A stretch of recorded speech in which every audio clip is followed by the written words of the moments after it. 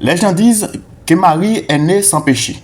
C'est la raison pour laquelle que Jésus, qui est né de Marie, est sans péché. Mais ça, c'est méconnaître le bon sens et la loi de l'existence. La vie que porte un enfant dans le sein maternel ne vient pas de la mère. La vie vient du Père. Et il n'y aura pas de problème de savoir de qui l'enfant est né. C'est elle qui a porté la grossesse. Donc, tout le monde sait déjà qui est la mère. On ne dit pas qu'un enfant bâtard parce qu'on ne sait pas qui est sa mère. On dit que cet enfant-là est un bâtard, est un enfant illégitime lorsqu'on ne sait pas qui est son père. Marie, Immaculée Conception. Qu'est-ce que la Bible dit? Certaines personnes ont dit que Marie est née et conçue sans péché. Et certaines vont jusqu'à dire qu'il est monté au ciel. Dans cette vidéo, nous ne parlons pas de son montée au ciel. Dans une autre vidéo, on va démystifier cette arnaque. Aujourd'hui, nous parlons de son Immaculée Conception. Les bâtards de l'Église catholique disent que si Marie était une pécheresse, Jésus allait avoir péché en lui. Ah bon? On peut être dans le faux comme ça? Écoutez un passage de l'Écriture. Job 4, verset 13 à 16.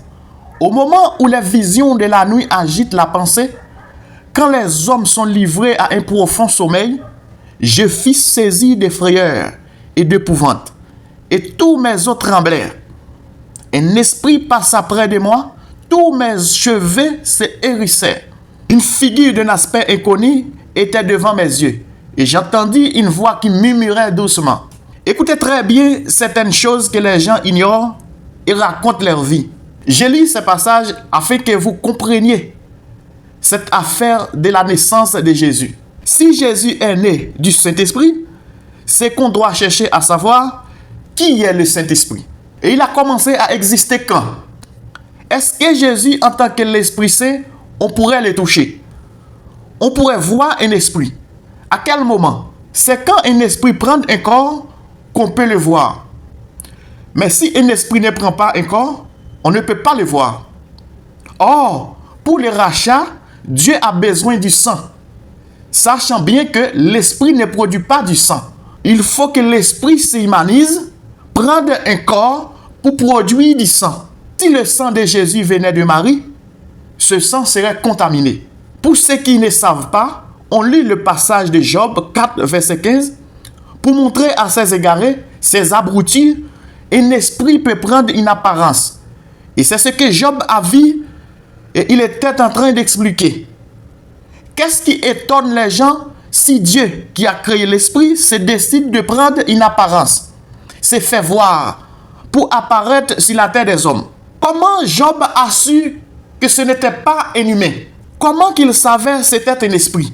Ça veut dire, la façon que l'esprit lui présentait, ce n'était pas un aspect ordinaire. Ce visage ne lui était pas familier parce qu'il a dit que c'est une apparence inconnue. Si l'esprit qui passait auprès de Job décidait de passer par le ventre d'une femme pour entrer dans le monde, est-ce qu'on peut dire que c'est à partir de ce moment que Jésus a commencé à exister, qui était esprit au commencement? Qui a couché cet esprit pour qu'il passait auprès de Job? Pour revenir à cette affaire de Marie Immaculée Conception, je disais tantôt que la vie que porte un enfant vient de son père. Nous sommes tous des pécheurs. Par qui le diable est passé pour introduire le péché dans le monde? C'est pas la femme. Mais quand Dieu est venu, de qui Dieu a tenu responsable jusqu'à cette heure le péché dans le monde? C'est l'homme. Parce que c'est l'homme qui est le père de la famille. Toute humanité a été contaminée par le péché. Ce n'est pas la femme que le péché a atteint le monde. Mais c'est Adam qui est le responsable, le seul responsable. Selon Romains chapitre 5, le verset 12 à 18. Malgré le diable est passé par Ève pour introduire le péché dans le monde, mais Dieu a dit que toute l'humanité a été contaminée par Adam. Parce que la vie que nous portons est projetée par l'homme. Nous sommes tous les descendants d'Adam. Et le sang que nous portons, c'est le sang d'Adam. Et non pas le sang d'Ève.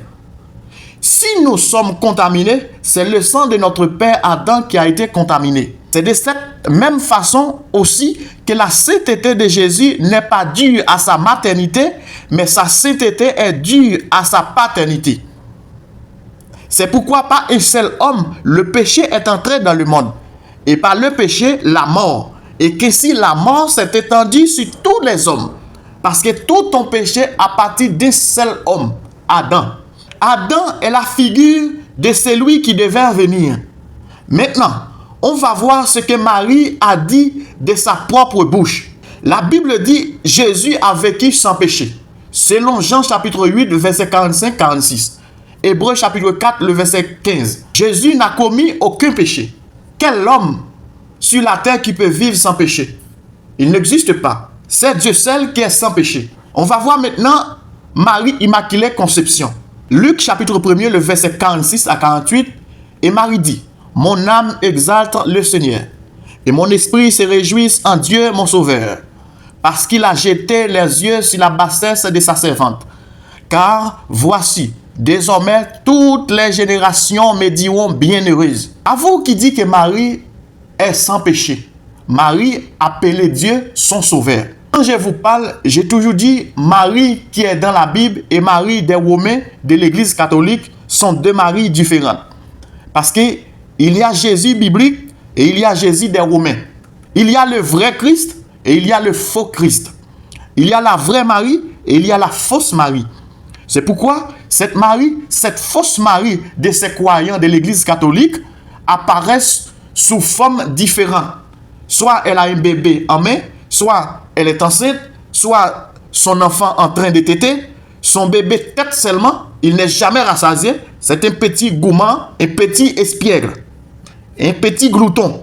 Ce petit vampire qui est toujours accroché au sein de sa mère n'a rien à voir avec Jésus qui est dans la Bible. Marie qui est dans la Bible, qui est notre sœur, celle qui a porté le Seigneur dans son sein, que je suis en train de vous parler, n'a rien à voir avec Marie des Romains. On n'a pas de problème pour que les catholiques adorent et vénèrent Marie. Mais celle qui est dans la Bible n'a jamais recommandé à personne de l'adorer ou de la vénérer. Marie reconnaît qu'elle a un sauveur. Selon Matthieu chapitre 1, le verset 21. Elle enfantera un fils et tu lui donneras le nom de Jésus. C'est lui qui sauvera son peuple de ses péchés. Qui donc, Marie a besoin de Jésus pour être sauvée, puisqu'il n'y a pas de sauveur dans le monde. Si Marie dit qu'elle a un sauveur, ça veut dire qu'elle a fait partie d'un peuple qui doit être sauvé. Et si elle doit être sauvée, c'est qu'elle est une pécheresse. Marie qui est dans la Bible a reconnu ses faiblesses, ses défauts, ses carences. Elle a reconnu ses limites. Elle a reconnu ses imperfections, ses incohérences, ses iniquités, ses péchés, sa bassesse. Et elle a besoin d'être pardonnée. Or, Marie de l'Église catholique est appelée Immaculée Conception. C'est-à-dire, Marie de la Bible et Marie de l'Église catholique sont deux Maries différentes. C'est clair pour ceux qui veulent comprendre. Mais comme tous ces gens de l'Église catholique sont nés pour ne pas être sauvés, pour ne pas comprendre, ce sont des gens dont les noms ne sont pas écrits dans le livre de vie de l'agneau avant la fondation du monde. On ne peut rien pour eux. C'est le mensonge qui les fortifie. On ne peut pas les empêcher. Mais ce qui est certain, nos frères et sœurs qui sont égarés là-bas, dans les églises catholiques, vont ressaisir un jour pour retrouver les pâtirages que Dieu les a réservés. Que Dieu vous bénisse grandiosement.